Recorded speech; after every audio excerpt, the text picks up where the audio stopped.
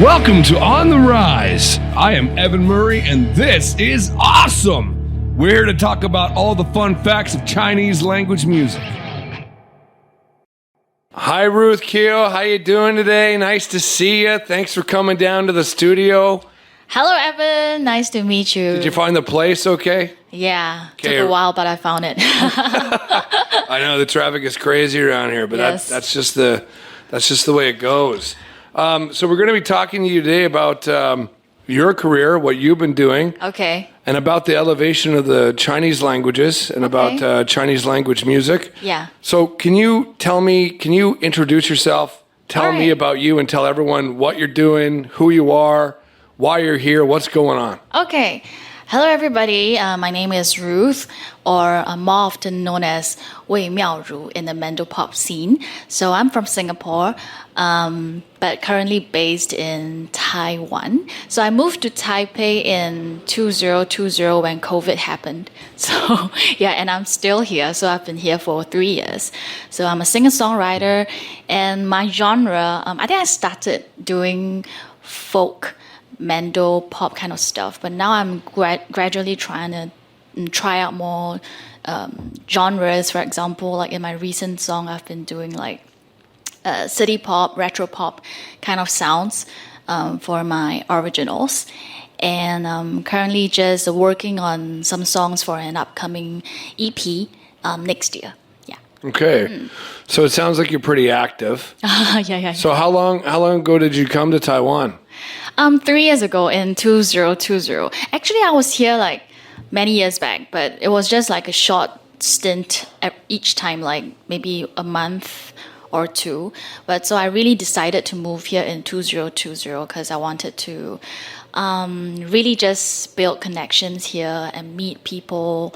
And because like Singapore was really too small for the Mando pop scene. Yeah. Okay. All right. And so the Mandarin language scene in Singapore was significantly small. Yeah. And you wanted to embrace that completely. So you sing in 100%, all your music is 100% in the Mandarin language. Is that correct? Yes. So my songs are mostly in Mandarin, but I do have like 1 or 2 songs in English. But my interest will be to actually write and perform in Mandarin, actually. Okay. Yeah. Well, let's talk about the significance of your birthplace a little bit. So you're Yeah. from Singapore. And can you tell me a bit about that? So you're born and raised there, and tell me about that.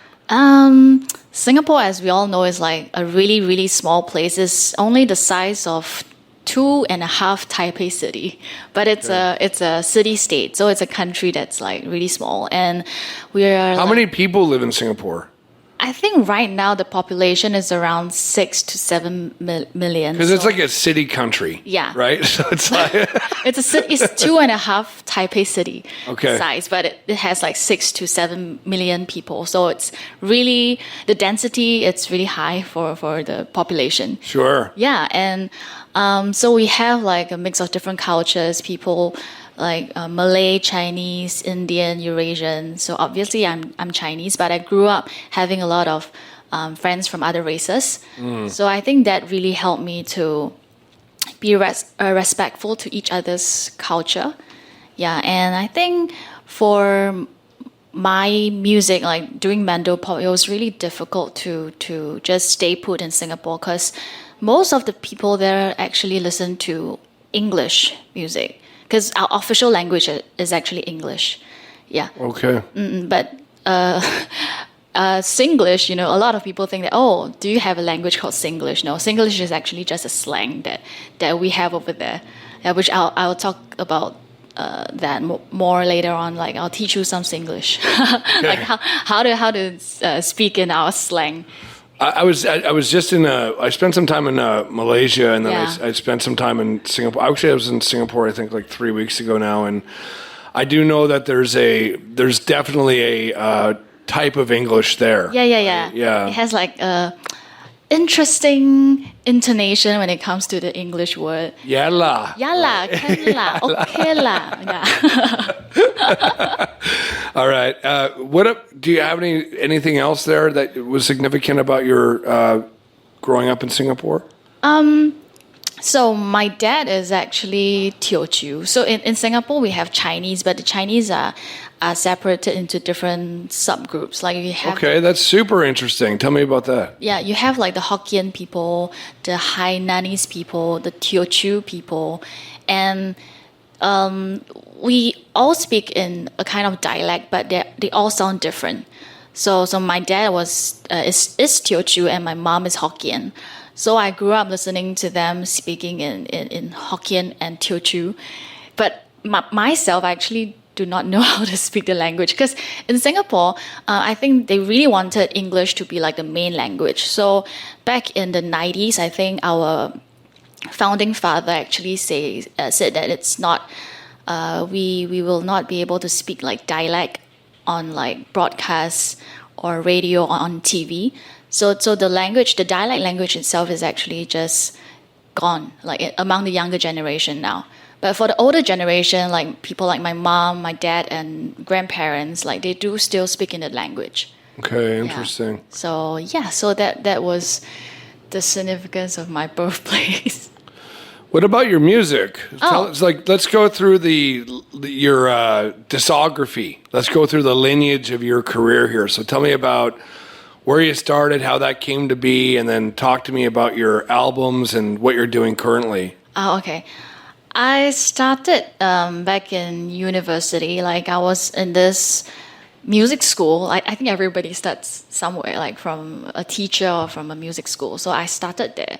And I was singing a lot of demos for some of the big time artists back then, like, but they are Singaporean artists like JJ Lin and local singers like Joy Chua, Liang Wenfu, like people who are known in Singapore. How did you get involved in that? Oh, Take me back even further. Like, where did that wow. start that you got involved? I started in the music school, and I was just under this program where they kind of train us to sing and do songwriting, and sort of just like to find out what you are good at. So the mentor that I was under, he realized that I was really good with songwriting and just singing in general, like just especially singing in the recording studio. So were these like by the time, like say you're getting mentored and you're developing your style or you're developing your skill set, Yeah. and he can see specifically, okay, she's really good with this and this. Were these jobs that you applied for? Like, did you help? Like, did you go to a studio and say, hey, I'm a singer, I'd like to apply here? How did that work? I actually was a student. Like I was there to learn how to sing. Yeah. Learn how to. Was do it in the songwriting. studio then? Was the school based around the studio? Yeah, the school has a studio as Okay, well. It has okay. like a studio, a production side to it. So I was learning at a school, and then the mentor got me to actually take up some side jobs at a recording studio. Okay, there you go. So that was how I started to sing demos for some of the artists back then.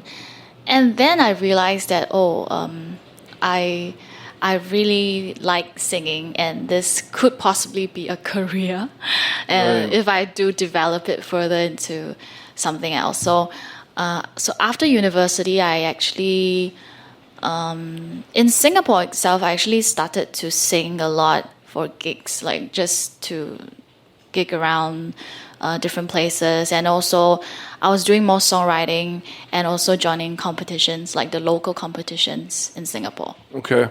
Yeah. And where did it go from there? So this is like, we're on the runway track now. And the plane's getting hot and moving, and then we're starting to take off. So where did this go from there? So you were making a lot of connections, obviously, too, while you're doing this, right? So I think it's a very different thing when it comes to performing for gigs at bistro bars and restaurants, Okay. as well as compared to writing as a singer-songwriter, because it's like a different kind of identity. I realize, like, because at bistro bars and restaurants, you're singing mostly cover songs, Right. and people actually prefer listening to cover songs, like songs they're more familiar with. Yeah, so for my own originals, I realized that I had to really take it out of Singapore. Like, for example, like maybe Taiwan would be like a better place, because I think back then the impression that we got is that Taiwan is place that people do support like independent artists when it comes to Mandopop, and there's like a bigger market over here. Yeah, so that's when I actually came over here for a short while for some competition, which I'm not sure if you know, there's this competition called 星光大道 and 超级偶像. It's like the more popular Taiwanese competitions back then. Okay. Yeah. So I was inside the show for like maybe a few episodes, and then I was eliminated. But I think it's a good process because I realized that I wasn't really ready for like such a big audience like That's a very humble way to take that, right? They're like, okay, sorry, you're disqualified. And you're like, all right, I've learned this great lesson. I'm just not ready yet. So I'm going to go back and train. Yeah. Of course I was sad, but I have to really like move on. And if I really still want to do this, then I got to sort of like, suck it up and just move on. So after that, I actually continued with songwriting and also like tried to find my own identity and style in that, and managed to get this funding from National Arts Council in Singapore. Okay. And that's when I released my first album in 2017. Right. And what was that called? The album is called The Greatest Journey. The Greatest Journey. The Greatest Journey. It should have been ever, right? The greatest journey ever.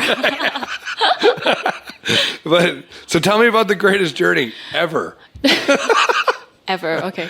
The Greatest Journey. So it's called 伟大的旅行. So it's an album, Mandopop album with 7 songs, 7 originals that were written when during my travels to different places. And I think the album itself is talking a lot about finding myself and like learning to love yourself before you actually know how to love the people around you. So I think it was an album where I... Self-discovery. Yeah, self-discovery. The greatest journey ever. Yeah. Yes. Wow, you put it so nice together.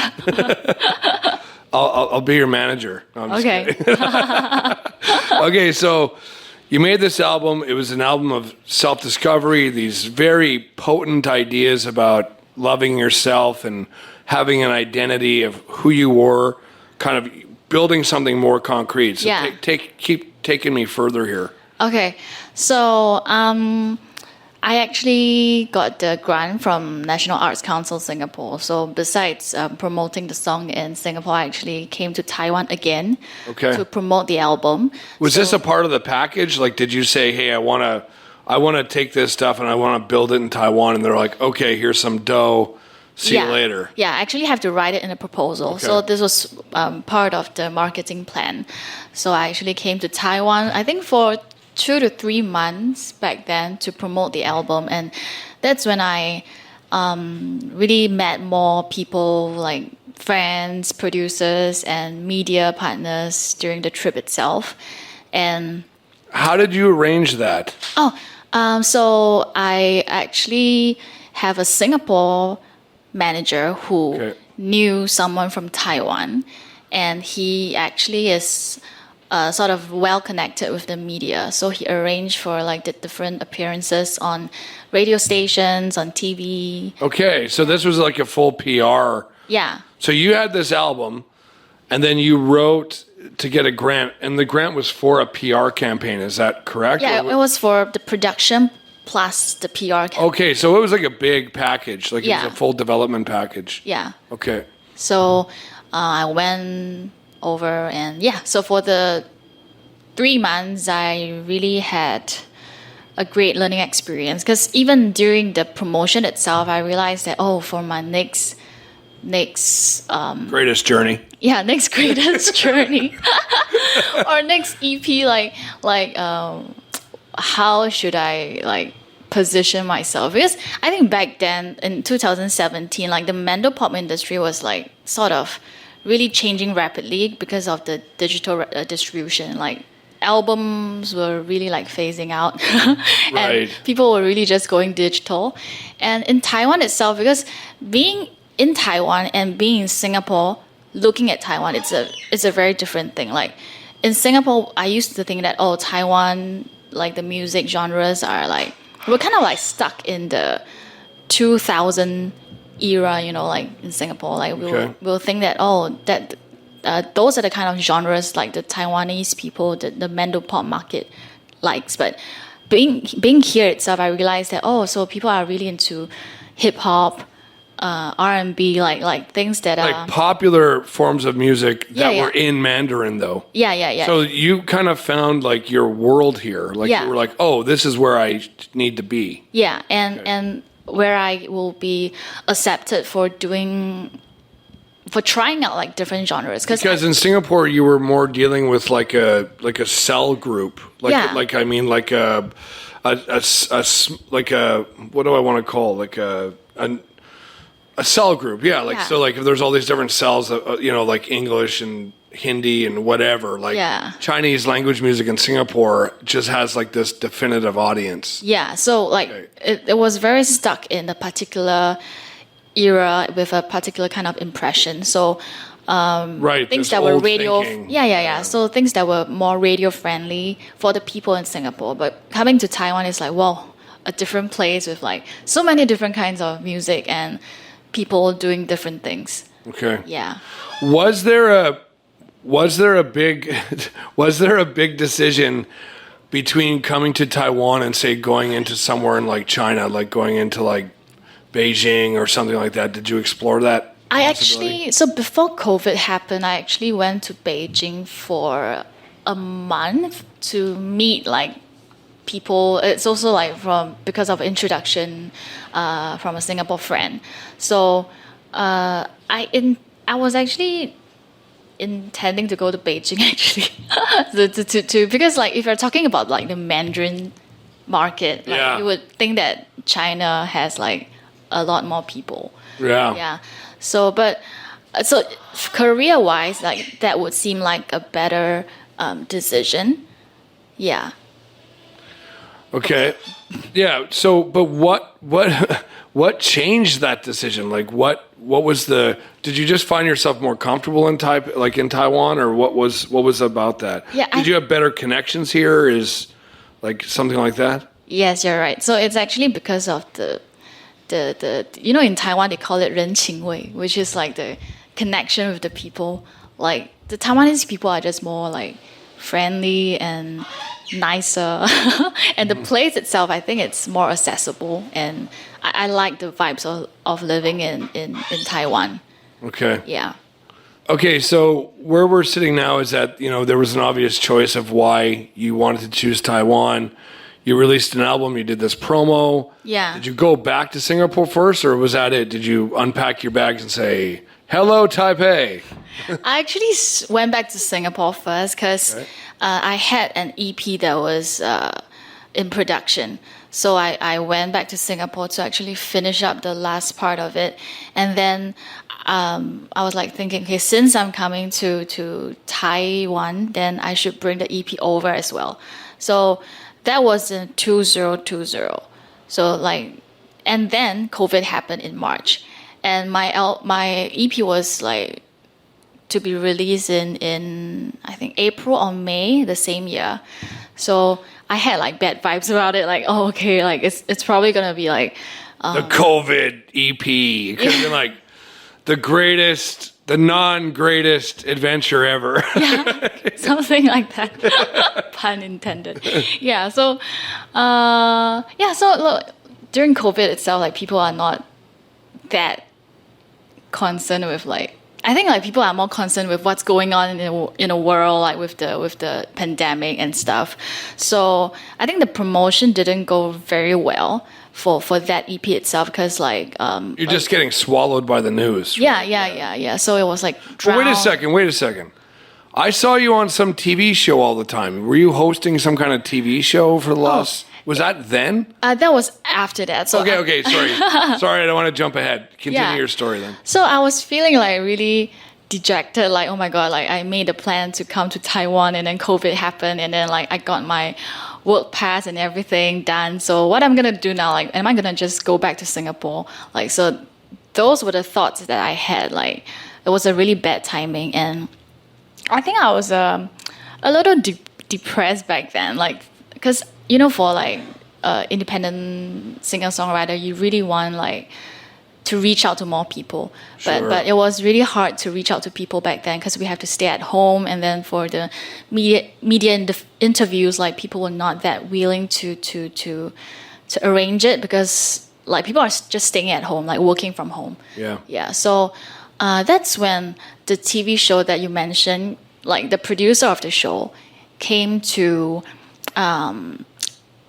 my friend. So my friend is actually, he's not really my manager, but he helps me with some work over here. So he came to my friend and said that so I have this show going on, like would Miao Ru want to be on the show?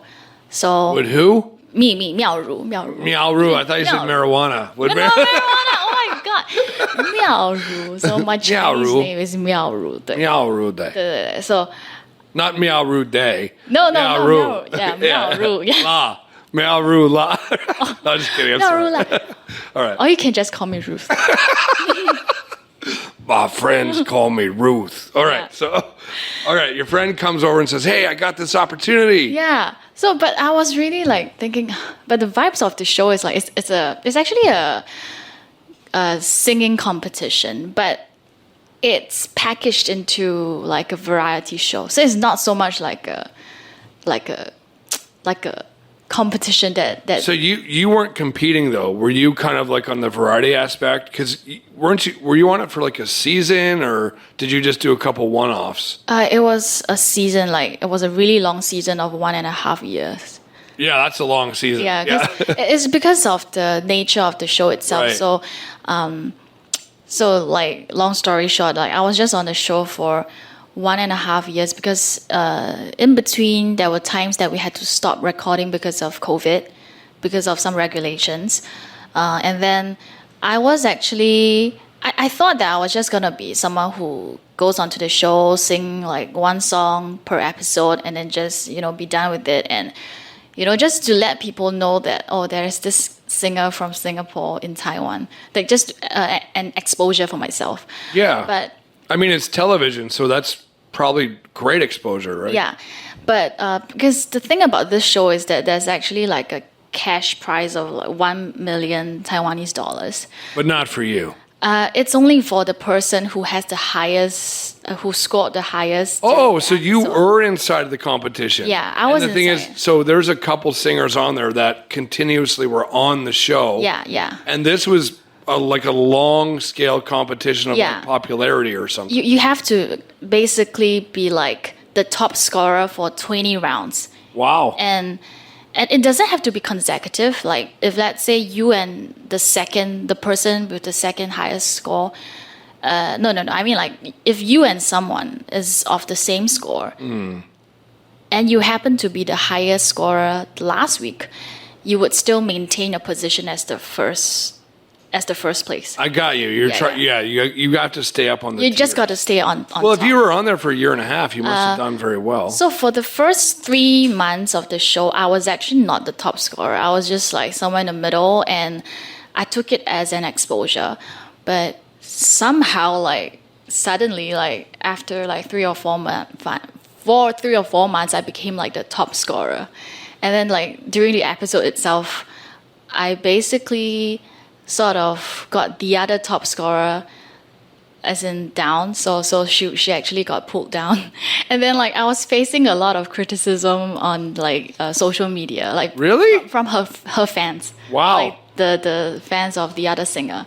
So it was something What kind of that- stuff were they saying? Like, go home. Yeah. Go something- home, Singaporean. Yeah, because they were all Taiwanese. I was the only Singaporean. Wow. Yeah, so people were like attacking me and saying nasty stuff like go back to Singapore and like That's crazy. yeah. So I was like not prepared for that at all because my intention. It must have hurt your feelings, right? Yeah, I was really hurt, and my intention to join the show was actually just for exposure. So I never really thought of like fighting with anyone for the first position or for the cash prize. Yeah. So and then. So people were watching the show because they really wanted to see whether the other singer could get back to the top because she was still in the show. Yeah. Yeah, just that now she's. So this is some drama. Yeah. Maybe the producers foresaw this, right? Yeah, that's the variety aspect of the show. All right. So people were just like trying to see whether I would be pulled down and then whether she will go up and stuff like that. And that went on for a year and a half. Did you walk away with $1 million? I actually did. So Oh my God, you won! Oh my God! Look at that. So I actually. Yay! Okay. Show me the money. It's in the bank account. Well, that's fantastic. So that's kind of a big success story a little bit. I mean, that's quite the drama. You could when they make your movie, Yeah. that could be like part 1 of the greatest journey ever. Yeah, I didn't know that was like the greatest journey was like still going on Yeah. back then.